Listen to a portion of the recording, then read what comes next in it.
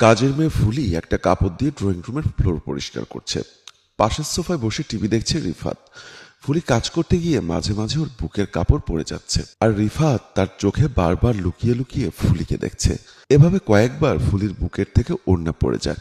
ফুলি যখন দেখে রিফাত ওর বুকের দিকে তাকিয়ে আছে, তখন ফুলি বুকের কাপড় আবার ঠিক করে। একসময় দুজনের চোখে চোখ পড়ে গেল।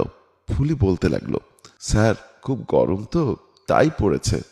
জবাবে রিফাত বলল, বেশি গরম যেহেতু তাহলে একটু পড়তেই পারে, পড়লে পড়তে দাও, আর ধরে রেখো না। রিফাতের কথা শেষ হতেই কাজলের বুকের কাপড় ইচ্ছা করেই কাজল ফেলে দিল। রিফাত অপলক দৃষ্টিতে ফুলির বুকের দিকে তাকিয়ে রইল। এর মাঝে রিফাতের বউ কাজল ড্রয়িং রুমে প্রবেশ করতেই দেখতে পেল ফুলি বুকের কাপড় ফেলে ফ্লোর পরিষ্কার করছে, আর ফুলির দিকে অবাক দৃষ্টিতে তাকিয়ে আছে রিফাত। কাজল রিফাতের পাশে গিয়ে বসে বলতে লাগলো, পরেরটা দেখতে খুব ভালো লাগে, আর বউয়েরটা দেখতে ভালো লাগে না, তাই না? আরে তুমি কখন আসলে? এই তো এক্ষুনি আসলাম। আমার তো মনে হয় এখন এসে ভুলই করে ফেলেছি।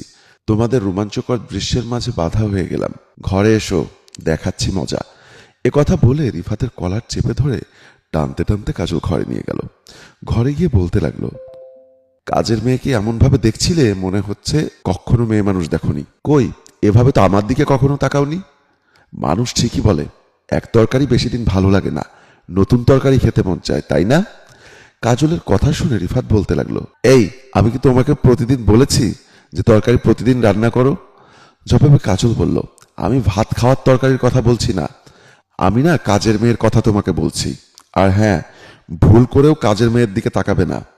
আমি এই কাজের মেয়েকে এক্ষুনি বাড়ি থেকে বের করে দিব। আরে তুমি কি পাগল হয়ে গেছো? কাজের মেয়েকে বাড়ি থেকে বের করলে বাড়ির সব কাজ কে করবে? বলেছি তো বলেছি, এই মেয়ে যদি এই বাড়িতে কাজের জন্য থাকে তাহলে আমি থাকবো না। একথা বলে দ্রুত ঘর থেকে বের হয়ে আসতে যাবে, আবার পেছনে গিয়ে বলতে লাগলো, আমি তোমাকে আর একটা চান্স দিচ্ছি।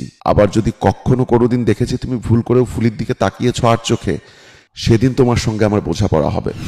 পরদিন কাজল ইচ্ছা করেই ওর শ্বশুর শাশুড়িকে নিয়ে ড্রয়িং রুমে রিফাতের সাথে কথা বলে বাইরে চলে গেল। রিফাত মনে মনে চিন্তা করতে লাগলো, এই তো সুযোগ, এমন সুযোগ বারবার আসে না। আজকে যেভাবেই হোক ফুলিকে আমার মনের কথাটা বলতেই হবে। যেমন ভাবা তেমন কাজ। ফুলি কোথায় কাজ করে ফুলির খোঁজে ওখানে চলে গেল। ফুলি এদিকে ঘরের ওয়ারড্রোবে কাপড় গোছগাছ করছিল। এমন সময় রিফাত পেছনে গিয়ে ফুলিকে জড়িয়ে ধরল। ফুলি রিফাতের দিকে তাকিয়ে বলতে লাগলো, স্যার আপনি আমাকে ছাড়েন, এখান থেকে তাড়াতাড়ি বের হয়ে যান। ম্যাডাম যদি দেখে ফেলে তাহলে আমাকে কাজের থেকে বের করে দিবে। আরে তোর ম্যাডাম আর আমার আব্বা আম্মা বাইরে গেছে, আজ পুরো বাসা ফাঁকা। এই সুযোগে আমাদের মনের আশা আকাঙ্ক্ষা সব পূরণ করতে হবে। এ কথা বলতেই কাজল ও শ্বশুর শাশুড়িকে নিয়ে ঘরে প্রবেশ করলো। বাহ, চমৎকার!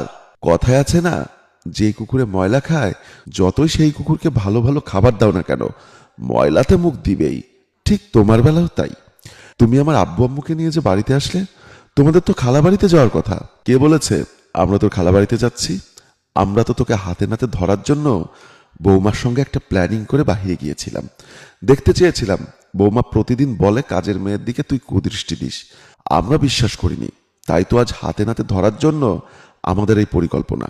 মা বলতে লাগলো, আমার ভাবতেও অবাক লাগছে যে তুই আমার ছেলে, ঘরে সুন্দরী বউ রেখে সামান্য একটা কাজের মেয়ের দিকে তোর কুনজর। তুই আর কত নিচে নামবি বল?